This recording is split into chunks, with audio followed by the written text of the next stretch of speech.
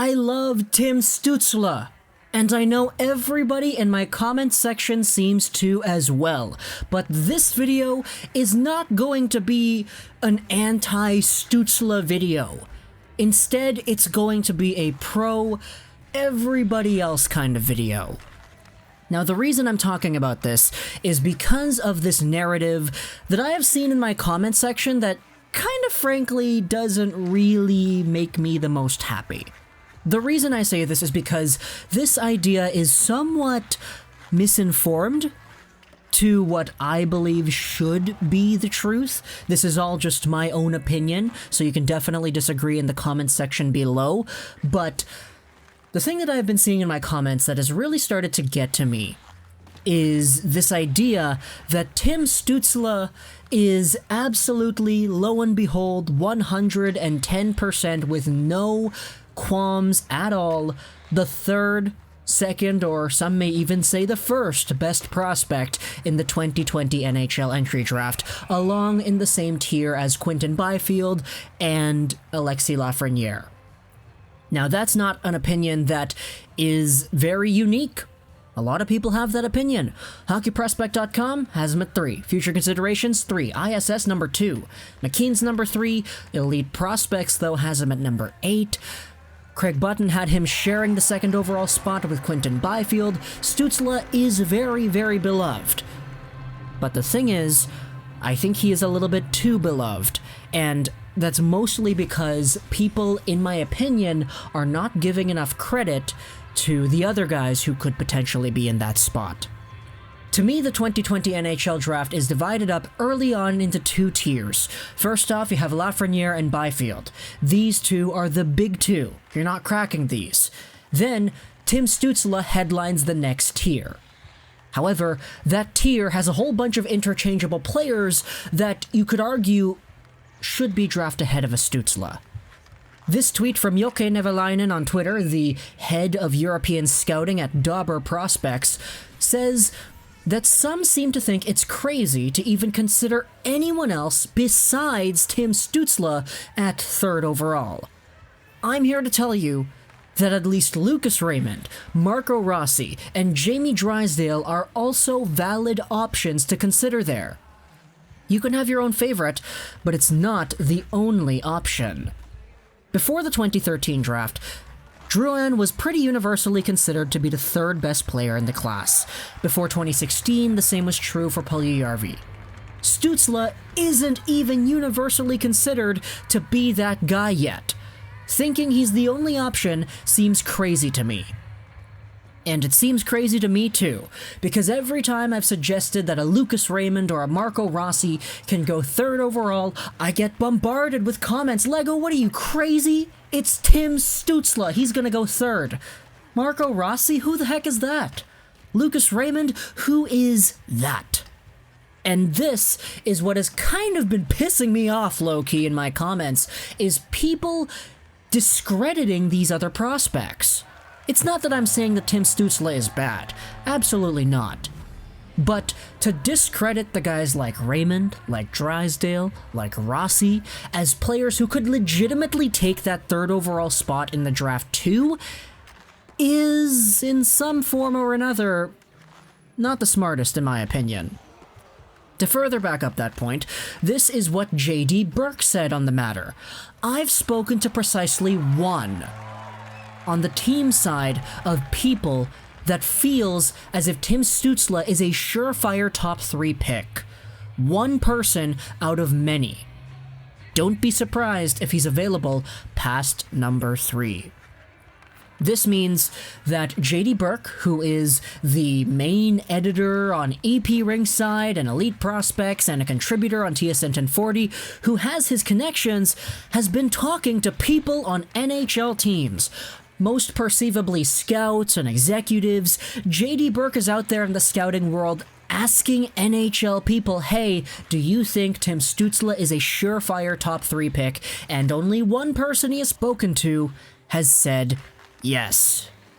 With this idea in mind, is it not more apparent that Tim Stützle is not, lo and behold, the sole holder of that third overall spot? Next up, it's Cam Robinson. Picks 3 to 10 will be a jumbled group for every team. Realistically, you're looking at 6 guys for that 3rd overall spot.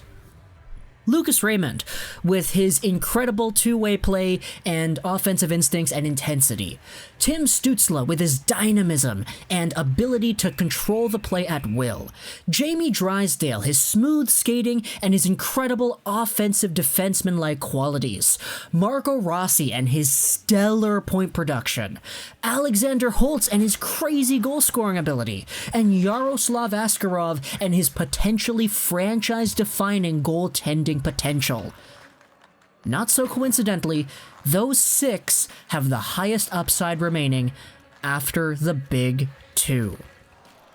Check out this reply. No way Holtz or Askarov go 3rd. Saying no way to anything on draft day is a recipe for eating your own shoe. It's not likely, but it's certainly plausible. Do you see the point I'm trying to make? I don't hate Tim Stützle. I love this guy. I love him probably as much as every second comment in my comment section loves him. But to think of him as the only 3rd overall option to me is not really the smartest. Because closing yourself off to the potential that a Raymond, that a Rossi, that an Askarov, or a Drysdale has is something that kind of separates the GMs from the fans, if I were to say that. Sure, because Detroit is in a top spot, and they already have Moritz Seider, and Tim Stützle plays on the same team that Seider played on last year. Steve Yzerman loves his German DEL players, according to rumor. There is a predetermined idea that Tim Stützle is automatically going to be one of the top players on the Detroit draft board. Pushed further by guys like Craig Button, so much to the point that maybe even Tim Stützle could be considered for 1st overall over Lafrenière. But don't discredit Rossi, don't discredit Raymond, don't discredit Askarov. On the subject of Detroit, though, there was a video I made a few weeks ago, I think, talking about the guarantee of a top 2 pick, either talking about Lafrenière, Byfield, or Stützle. I did include Stützle in that conversation because many Detroit fans are a big fan of Stützle, but in that video I said that Detroit fans absolutely love Steve Yzerman and what he has done. Every decision he has made, Detroit fans stand by at 110%. So if Steve Yzerman goes with a Rossi or whatever earlier on, let's say the new draft rules don't come into play and Detroit drafts 3rd. If they draft a Marco Rossi there, you know Detroit fans are going to love that pick in a matter of minutes. Who cares if it's not Tim Stützle? Tim Stützle is going to be an incredibly great NHL hockey player in my opinion, but there's potential that exists in the other guys too. So closing yourself off and saying, hey, this guy's the only guy who is capable of going 3rd overall, that to me is where you kind of close yourself off from the glory of being able to explore prospects. Just because a Lucas Raymond didn't get any points doesn't mean he wasn't effective. The guy is still one of the more NHL-ready players in the entire draft.